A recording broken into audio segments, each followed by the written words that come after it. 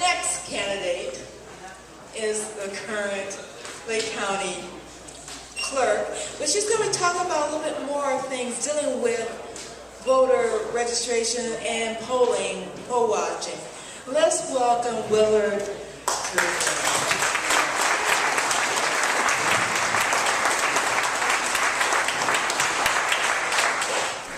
All right, it is tough to follow that firebrand running for Secretary of State. I am the woman named Willard, and I am running for re-election, but I'm not here to talk about that. I'm here to actually try to empower you with some information so you can go out and do what Jan said about the call to action. And I wanted to just cover a little history on voter registration. When I was elected in 1994, deputy registrars were the common method of registering voters. And that system worked very well because you had trained individuals who understood the form, they knew what was required under the law, they knew to print so that we could read it and code voters properly. And unfortunately, after many presidents vetoing the National Voter Registration Act, President Clinton, I think, made that his second or third bill to sign. So I was faced within a few months in office of federal court implementing motor voter in Illinois. That moved us to 3 new options for registering voters. The most common one is the one that gave it its nickname, that you could register with the Secretary of State's office. The second most common method was through government agencies, where again you saw an individual who was hopefully going to take down the correct information. And that could be at your local food pantry with townships, that could be public aid, that could be the health department program for women and children. But there was a third element. Now, the first 2 that I mentioned certainly generated a lot of extra cost in voter registration because people going in being asked if they want to register to vote each time they pick up services will be hesitant that they won't get their services if they don't answer the questions correctly.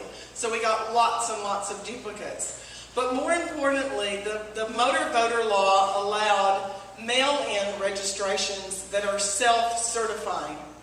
And you know, I was listening to someone in the last couple of weeks saying, you know, when the guys in Washington figure out that you know they're up to no good, they just change the name. And they'll sanitize it so it sounds harmless. Well, that's what they did with self-certifying. What it really means is, and they taught us all as they implemented it in Illinois, that it means it's something you do. You go pick up the form and you fill it out, and you know, you kind of say to your higher being, I'm telling the truth and I'm going to fill in this form. But it actually had a whole nother life that was taking wings, and that was, it was also being used by organizations. It was supposedly intended for individual citizens to fill it out and to decide that between them and their higher conscience that they were citizens, that they did live at the address, and that they were 18 years of age. And unfortunately, right off the bat, a Boston Globe reporter registered his kitty cat in 6 states, and he requested a ballot in all 6 states for his kitty cat, and Feline got them. So motor voter from the very beginning was, well, actually it was the reason Bob Dornan wasn't re-elected to Congress from California. Motor voter did it. It turned the tide, and it's been marching ever since. Now, we've all seen the reports about ACORN. They have, among other organizations, leveraged the mail-in form because you're able to take that form out now with marchers in the neighborhood and take down names. And unfortunately, when you're motivated by some quick money, people make up names and addresses. So I want to let you know we don't have ACORN that's operating in Lake County, but 2 years ago we had their ugly twin sister. SEIU did operate in Lake County, and they operated with great gusto. We had over 1,000 records that came in for addresses that didn't exist. But guess what? They didn't know we were ahead of them. In 1999, we converted our voter registration system by matching it against our, most all of you, when you get your tax bills, you look at it, right? Your real estate tax bills. You want to make sure that you're paying taxes to a unit of government that actually provides you services at your address. But how many people do you think over the years looked at their voter registration card when they got it. They went, or I've got one of those, and they didn't pay attention. So what we did, we took the voter registration system that was a range of street addresses, and in my technical knowledge, we threw it against the real estate tax file to make sure we were coding voters correctly. But what the twin sister of Acorn didn't know, when we did that, our next step was to go ahead and code every residential address in Lake County, whether there was an active registered voter there or not. And we flagged in that system all of the commercial properties and the vacant properties, and no longer could you register to vote in the forest preserve. Or my favorite was the triangle in Haynesville, where 134 splits off. We had a registered voter in that triangle we found. So to make sure that I wasn't in trouble with the law, I sent registered mail to all these non-existent addresses, notifying them that unless they came forward and provided information documenting their residency, they were no longer registered.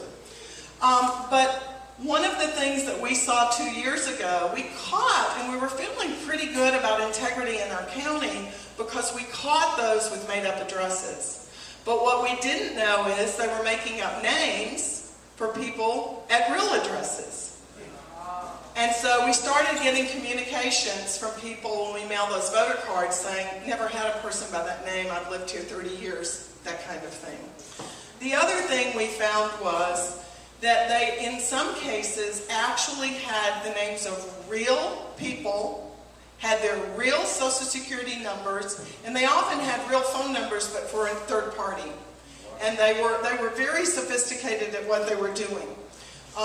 When I saw some of this, I went into the statewide voter registration system, which, remind me, I want to tell you what that is. And I found that they also registered in Cook County maybe 2 weeks before Lake or 2 weeks after. So they were very busy people.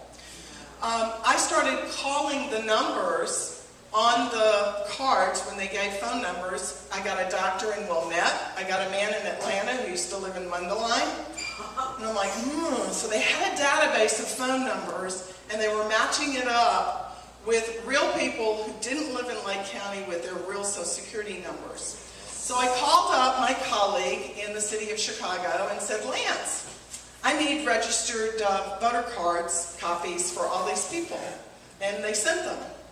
And bingo, I found the signature of one person matched the handwriting of all those registrations. And then I looked up people that lived at the addresses that were not the ones named, who really didn't live there, and I called them and I said, is someone in your family trying to get registered to vote? I'd like to help them. Because I was trying to figure out where they were. And I said, so did they recently go somewhere to register? Because unfortunately, we haven't been able to successfully register them. And I did learn that actually one of these instances took place at the Public Aid Department in Waukegan. I found out, and I'm not slandering an organization, but representatives of the YWCA were coordinating the drive. I want you to know right now we're getting very targeted requests from United Way. They want certain forms for certain classes, and my point is we have to be extremely cautious. A lot of nonprofits are not being what I'd call equitable in their resources being applied to all people that might benefit from services. So one of the things that I'm trying to stress to you tonight is that we do have to work smart. We do have to recognize, even in Lake County with our very good reputation, in fact, our 10th congressional congressman had told me over the years, comparing Lake to Cook, that our rolls, in spite of the requirements of motor voter that keep a lot of dead wood on the rolls, we can't remove inactive voters. And I know this gets a little bit like give me a headache, but you do need to know another fact with motor voter is if you move, and we know you've moved because you told the mailman, I want to get my mail at my new address, we're still required to keep you on the list of voters marked inactive for 2 federal elections. That's in case they need you. Okay? So, and if you hang on to old ID and come to the polls and it's not expired even though you don't live there, under the state and federal law you can vote. So the public doesn't realize how we've denigrated the process of voting. I've had this discussion with some of the Victory 2008 and some of the SEALs campaign, that if you're going to come in and accuse us of being evil people for wanting accurate voter registration, then please tell me why accurate tabulation on election night is more important than accurate rolls on who's eligible to vote. Because